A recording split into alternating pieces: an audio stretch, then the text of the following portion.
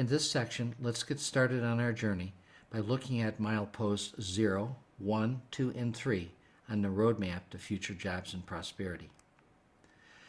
At milepost 0, we're asking the question of what is the Believe in Ohio roadmap and how does it work? You need to understand what this is all about.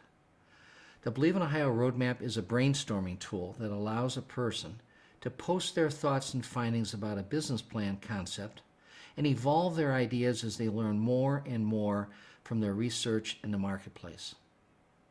Each time someone revises their roadmap based upon new input from research or the marketplace, it's called a pivot.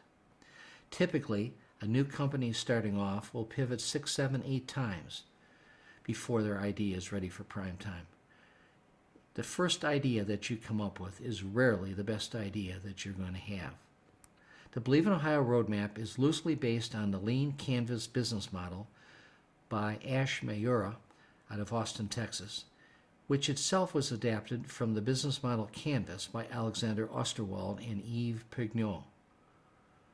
The business model Canvas is very popular at university business schools all across Ohio and across the country, and is used extensively at startup companies. Here, in fact, is an example of a lean business model canvas with post-it notes, because that's what you do. You put post-it notes on the canvas and continually revise them and remove them and change them as you come up with better ideas. So let's talk about the first milepost. At the first milepost, we want to set forth a problem statement, a pain point, or market opportunity that is in need of a solution.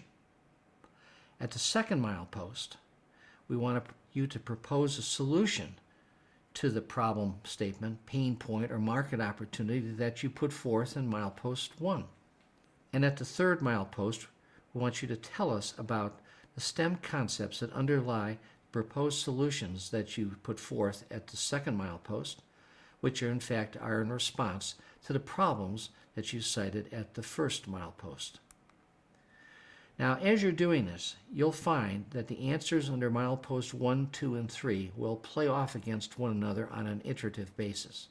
You're going to have to continually ask yourself these questions. Does my proposed solution address the problem? Do the STEM concepts that support my solution make sense? Are they feasible? Are they viable? If you find that the STEM concepts that support your solution are not viable, or if your proposed solution is in fact the wrong one for the problem, or that your problem is really different from what you really thought it was, then you will have to start over and assess the problem, solution, and technology again and again and again till you get it right. Essentially, milepost 1, 2, and 3 must work together if there is to be a workable solution. Oftentimes, we find that students have difficulty coming up with an idea for their plan. So here's what we suggest that you do to come up with an idea for your plan. Start by looking around you at needs that aren't being fulfilled, problems that remain unsolved, and things around you that simply don't work. Look at it within your own personal life, your work life, or your family life. As you experience things, ask yourself the questions. Can I solve a problem? Do I see an opportunity? The same thing holds with activities such as hobbies or sports that you participate in, or any other subjects of personal interest to you. Then think about recent technology developments in fields of interest to you that could make possible things that weren't possible before. Put all this together and you should be able to come up with an idea for your STEM commercialization or STEM business plan. As you're coming up with that idea, I want you to consider a number of things. First of all, not every idea needs to change the world. Smaller and simpler ideas are important too, and usually much easier to implement in the prototype. In addition, not every idea needs to be a breakthrough or original idea. Ideas that improve upon an existing situation are important too and can become big ideas. If you find out that someone somewhere else in the world is already doing something similar to what you're proposing, don't quit your idea. Instead, work to make your solution better than theirs. And in fact, if somebody is doing something in another part of the world and you haven't heard about it, they haven't communicated their idea very well. So don't put aside your ideas because someone has something similar.